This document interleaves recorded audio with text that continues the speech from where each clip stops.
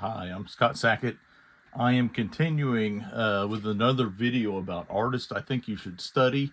I did one of John Byrne, specifically his Elsewhere book, but today I'm going to study, or I'm going to talk about an artist, and I'm not going to focus on one specific work, but I'm going to talk about everything of his and how I discovered him and why I think you should study him, why I studied his work, what attracted me about his work, and what I think you can get from his work, which may surprise you. Of course, the artist I'm going to talk about tonight is Geof Darrow. This is how I first saw Geof Darrow. I walked into a comic shop one day and I saw this. It's probably not apparent in this. If you notice, the price is $4.95. This book came out in 1990. It's called Hard Boiled. It was written by Frank Miller. But it is a little bit bigger. It's not quite magazine size, but you can see it's a little bit bigger than a regular comic. It's a little bit thicker than a regular comic, but it is stapled. But it was $5 at a time when I think most comics were a buck, maybe a buck and a quarter at most. And so this is a hard sell for me, but I saw it and I was initially attracted to this cover because this was unlike anything I'd seen to this point. Now, I'd seen some Mobius, but Mobius doesn't really draw this kind of stuff. So I was kind of familiar with just a little bit of European stuff. But I saw this and I flipped through it and I was like, holy cow. And I got to be careful showing this because this is pretty over the top in many ways.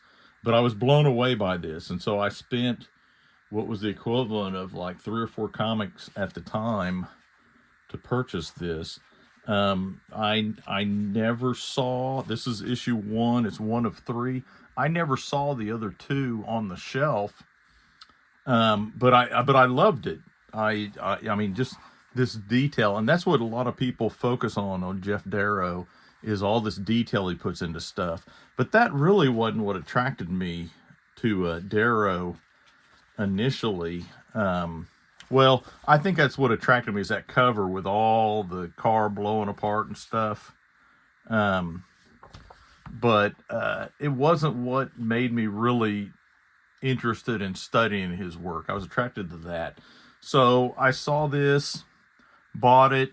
I don't think 2 and 3 came out until for 2 years later. This came out in 90. I think they came out in 92, something like that. It was a while. Then I was at Walden Books, which is a bookstore that used to be in the mall, and I saw this just out of the blue.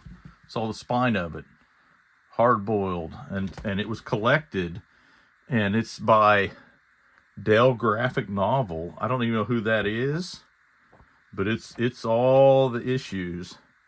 And so I finally got to read the whole story.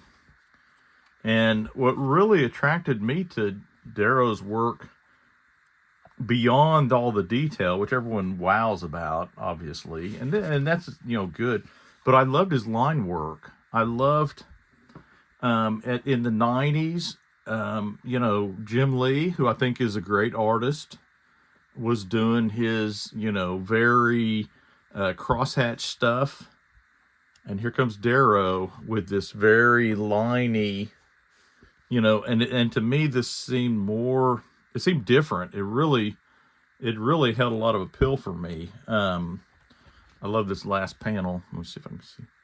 Now, this version is the original version. It is colored by somebody named Claude Legresse.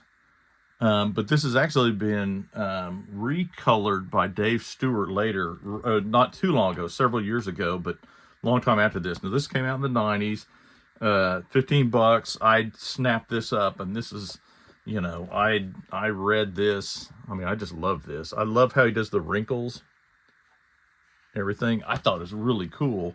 So I didn't, and Darrow didn't know much about him. And so then one day I saw this at the comic shop, and I picked this up. This is an imported book. I don't know. And this was done in Europe before Hardboiled. It's called Darrow Comics and Stories. It play off the old Walt Disney Comics and Stories. And this is this is his first work It's all in French. And you can see it's a little bit different than his hard-boiled stuff. He doesn't have the level of detail, but that line work is still there. And I love this. It's a little, the colors, I don't know who colored it, but he got this gig through Mobius. He became friends with Mobius, and he had done, oh, I'm not really sure what he had done, but at one point he moved to France, and I think he would go to, if I remember correctly from interviews, he said he worked in animation, and so they would hire up and then fire. He always said he was the last one hired and the first one fired, and so he'd work, make a little money, and then go to France. I think he's living in France currently. I think his wife may be French. Anyway, when he was over there, Mobius, and my understanding is Mobius, he did a portfolio. I should have pulled that down. I have a portfolio called, can't remember the name of it, with Mobius, but Darrow penciled it, and I think Mobius inked it or something like that. I've got a couple of them framed and hung around upstairs in my house. But you can see here he's doing a lot of the detail. For whatever reason, I don't like this as much. As some of his later stuff. Had I seen this first, I don't know that he would have appealed to me as much as Hardboiled. But Hardboiled really, when I saw it, I was like, whoa, this is crazy. So he did this, he did Hardboiled, and then the next thing he did was this Big Guy and Rusty the Boy Robot. And this is his kind of kaiju thing. And I remember buying this. Let's see, how much was this? This was $4.95 also. However, this is huge compared to, the even Hard-Boiled.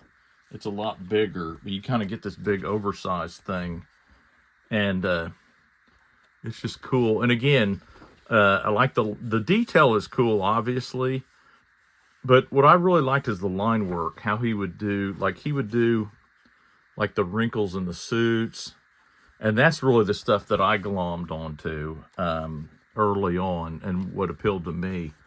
And again, at the time, a lot of comics were showing had cross-hatching or shading. He had this European kind of open line style that I really liked, and nobody in America at the time was doing it. Now, his influence, he had a huge influence on American comics because there were other people that came around and started, it's like he made it okay to not put all that shading in your artwork, and he got a pretty big reputation for Hardboiled. It's funny, right out of the gate, he really knocked it out of the park. And then, I don't know if Big Guy and Rusty the Boy Robot is as popular, but I like it. I think it's really cool. It's kind of a kaiju thing. The Big Guy is kind of like the American superhero, kind of a big suited kind of thing. Look at all those bullets. I did copy that. I've done more than one drawing with a ton of bullets after seeing this. And the Mask. The Mask did that too. The old Dark Horse comic. A lot of fun stuff, a lot of cool stuff. Again, the volume of line work attracts a lot of people, but I was attracted to the line work itself. And so to that end, I picked up these. This is the Big Damn Hard-Boiled and the King Size Rusty the Boy Robot. And these are, I'm going to have trouble flipping through this. These are black and white, no lettering, no colors. It's just the ink work of all of his. It's almost like a proto artist edition. I don't know if this is look at this. I love this. Where that robot, the one robot's punching the other and leaving the trail of, just kind of almost like the nonsensical parts, really. And that's kind of, initially that stuff appealed to me, but then also I kind of realized it was just stuff. It didn't really add a lot, but I still liked how he, you can't see where I'm pointing. I still liked how he did his line work. I love the line, and then it's got kind of a broken up thing, and then another line. And for a long time I kind of drew. This really had a lot of influence of my comics. So let's see. Hardboiled came out. I'll show you the big guy, Rusty the Little Roller. Sorry about that. One. Now he has joked and said, I don't know how without colors anyone would tell what was going on in my art, but that's absolutely not true. He does a good job of doing like a heavy line weight, and I copied that in my samples for a while, probably to my detriment, to be honest. And I'll talk about that in a second. So he did Hardboiled and he did Big Guy. Big Guy was probably in the late 90s. So before these king size editions came out, I just wanted to show those. He did something that was crazy. He worked on The Matrix. So the Wachowskis reached out to him to do some work for The Matrix. Let me find. If you don't have this book and you like The Matrix, this is a great book, The Art of the Matrix. I don't know if it's still in print. Oh, okay. So here, he didn't draw. He did a lot of the mechanical designs, but he did a little bit of the storyboards. And so here, this is the first time I ever saw his pencils. And so you can see he has a very direct line, I would call it. You know, and this stuff is great. There's one picture down here that I love, where they're showing if you've seen the movie, the agents are super fast, and he's just wailing on Neo, you know, and so he drew all these fists to kind of indicate that. And I like this stuff. I like his line work better than I like all the detail. I think the detail actually detracts from his line work. So he did this whole sequence. He storyboarded this whole sequence. Let's adjust it. You know, just a cool with the shoes and little metal things in the shoes. Let me see. And he did the designs.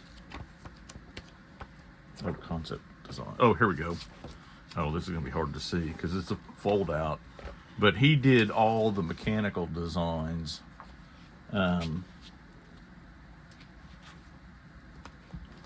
Just the stock with the babies. If you've seen the movie, humans are basically grown in vats and used for energy. There's like the tree. Let's see. It's like the tree. And apparently he drew these huge. And again, this stuff I don't like as much as his drawing there of the subway. That's what I like. Now, again, like a lot of people, I was initially attracted to all the detail that he would put in his work. But what really kind of initially, after I studied it for a little bit, I liked that his just his line work. I thought his line work, and I still think his line work is really great. So he did The Matrix, and then after The Matrix, he did a series called The Shaolin Cowboy, and this came out. I got the singles of this, and you could see again same kind of thing, lots of detail. But this takes place, a lot of it in the desert, and so some of the cityscapes and stuff you don't get. So if that was, and I think that appealed to a lot of people, those cityscapes, the detailed cityscapes. So here we have like a 4-page spread, I think, of all these characters, and I like the individual characterizations. Again, love the line work. Maybe it's a 6-page. It's a long spread, but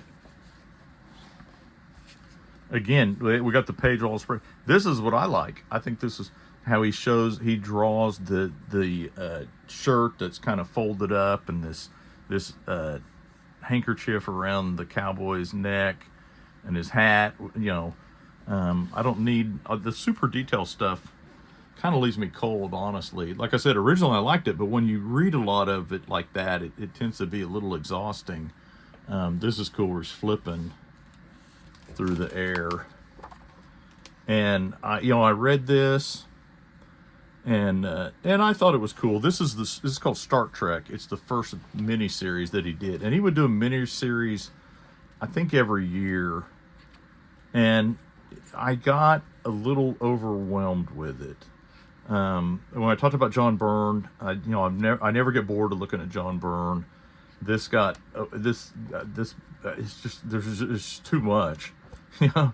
It's like overkill. You know, he's got the shark, but I still like. Again, I go back to I like his line work. I like what he's doing with his line work, and so then a book came out called the pencil art of Geof Darrow, and I think so. This is cool. All this stuff that he's drawn, and this is all pencil. So this is really what I like because you can see, and it again, just like on the Matrix, those pictures I showed from the Matrix, he's got a very direct line.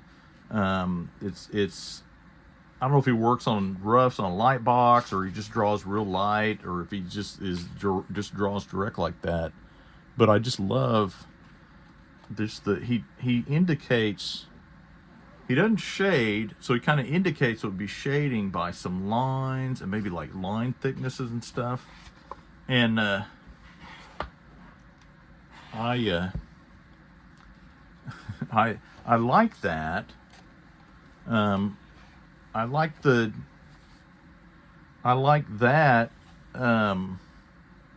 better than all the detail. And again, something like this, a bunch of musical instruments, impressive drawing certainly.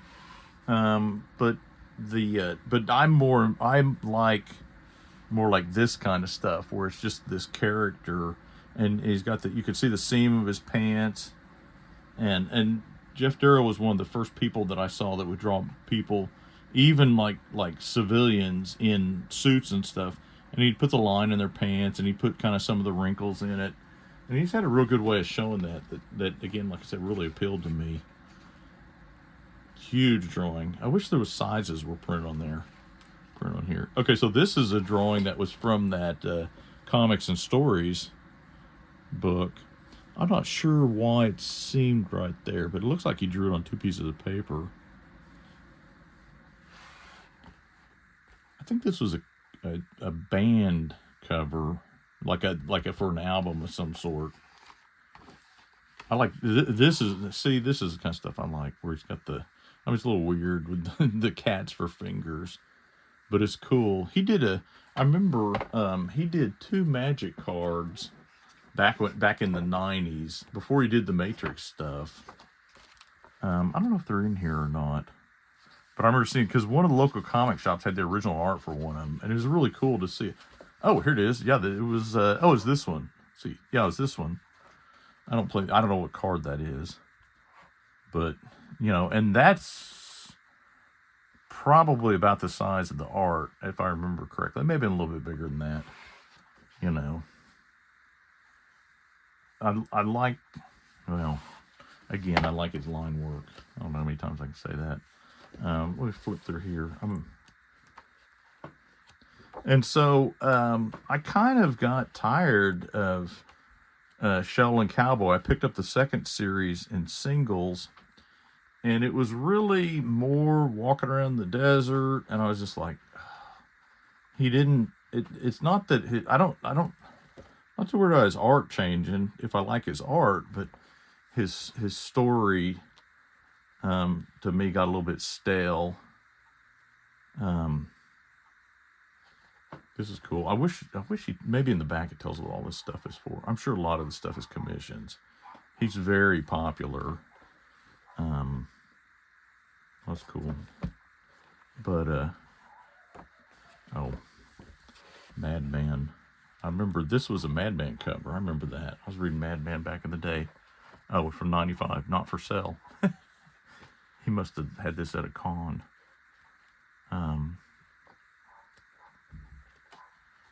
Just more. And again, even though I like architecture and I like some of the stuff he does, but it's a little overkill. I'd rather see this kind of stuff. This is cool, man, where he's got all the wrinkles in the shorts, and the guy's got a band. He puts a lot of thought into this. This is an early Bourbon Threat, which Bourbon Threat was the character in comics and stories, which kind of evolved into the Shaolin Cowboy, I think.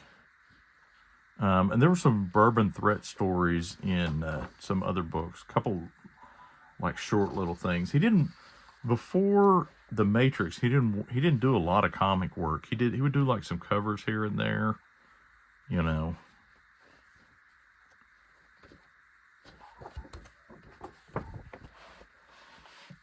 That's cool. That's Shaolin Cowboy. So I said that I kind of got bored of the Shaolin Cowboy because of the story, but I did pick up this. This is Cruel to Be Kin. This is the last thing he did, or the most recent thing he's done, I should say. I don't know if he started another miniseries. And I didn't pick up any of the singles. I was watching online when he was putting them up the some pages and some line work and stuff like that. And so here we're not in the desert. Boy, this paper's shiny. So we got a little bit of difference here. But to me, his storytelling has evolved from the two Shaolin Cowboy books. I think he did. So there's probably a couple of years in between them, and I think he did 2 miniseries between them. So, and maybe it's like 6 issues. So maybe like 2 or 3 years. But I think he's now I think he's doing more storytelling, and when I say that, I mean he's varying his shots a lot more. He tended to be not as adventurous in his camera shots, and I think he relied on like a lot of detail to kind of give the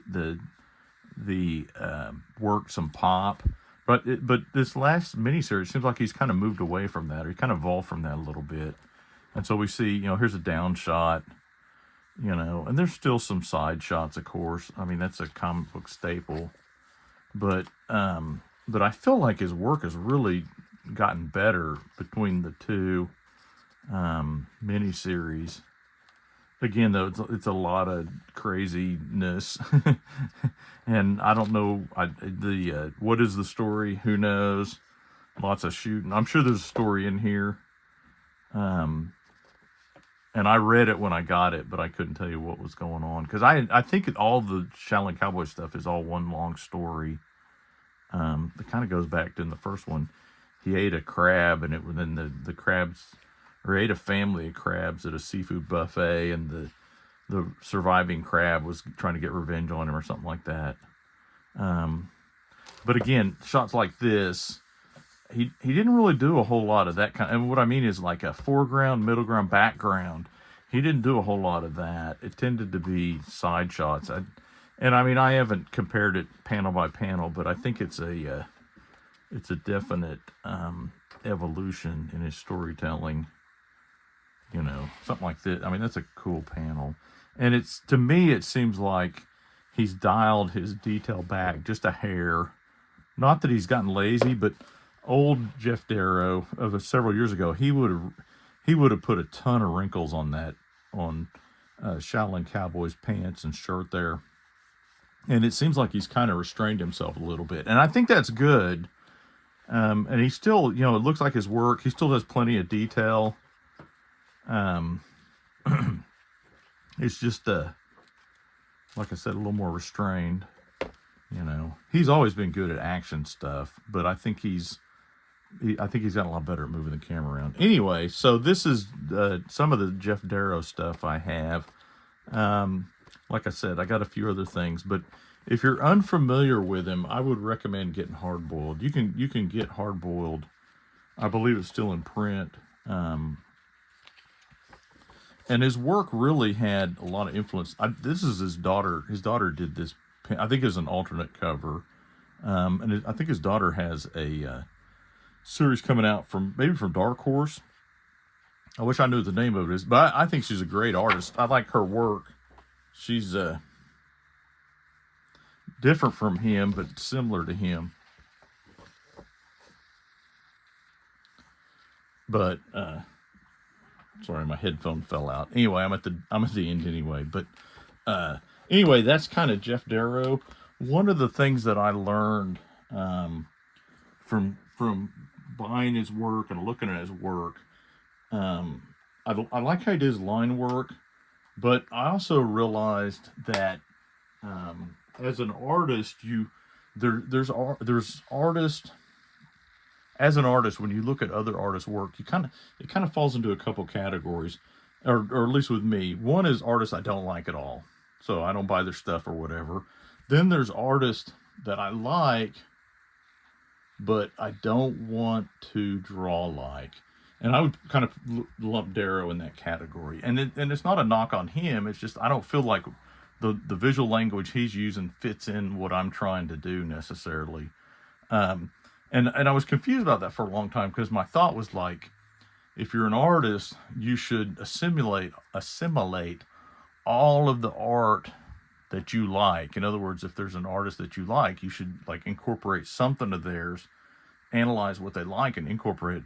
And I don't think that's. I think it's kind of that way lies madness, because you'll constantly find artists you like, and if they don't fit in what you're doing, and you try and incorporate it, then it can kind of sidetrack sidetrack your progress. And so I like Geof Darrow. Don't want to draw like he's in the category of artists that I like that I don't want to draw like. But he had a huge influence on the comic industry. I think now, maybe not directly, but I think a lot of modern comics, especially mainstream Big Two comics, have been influenced by him. And by him, what I'm saying is like kind of that European, what's it called, clear line style, where there's not a lot of shading, there's not a lot of hatching, and that's kind of come in to vogue, I think, with the evolution of the advances in printing and in coloring. And so we see now now the colorist is more like a color artist, they'll refer to him as. And so this more open style lends itself more to that. And I think a lot of that come out of a guy like Geof Darrow, who drew this stuff and it was popular, and so people were like, okay, it's okay to do this. And I've heard interviews of people that said they saw Darrow's work and they struggled with hatching or shading, and they're like, oh, okay, I don't need to do that. I can draw kind of this more European style, and it will be acceptable in American comics. So I don't know. Anyway, that's Geof Darrow. My kind of analysis of Geof Darrow. If you have a comment, leave a comment below. I try to read all the comments. If you disagree with me about anything I said, please do. Or if you want to correct me about something I said, please do that too. Thank you very much for watching. If you enjoy this, please consider subscribing to my channel. Thank you very much. Have a good evening. Good night.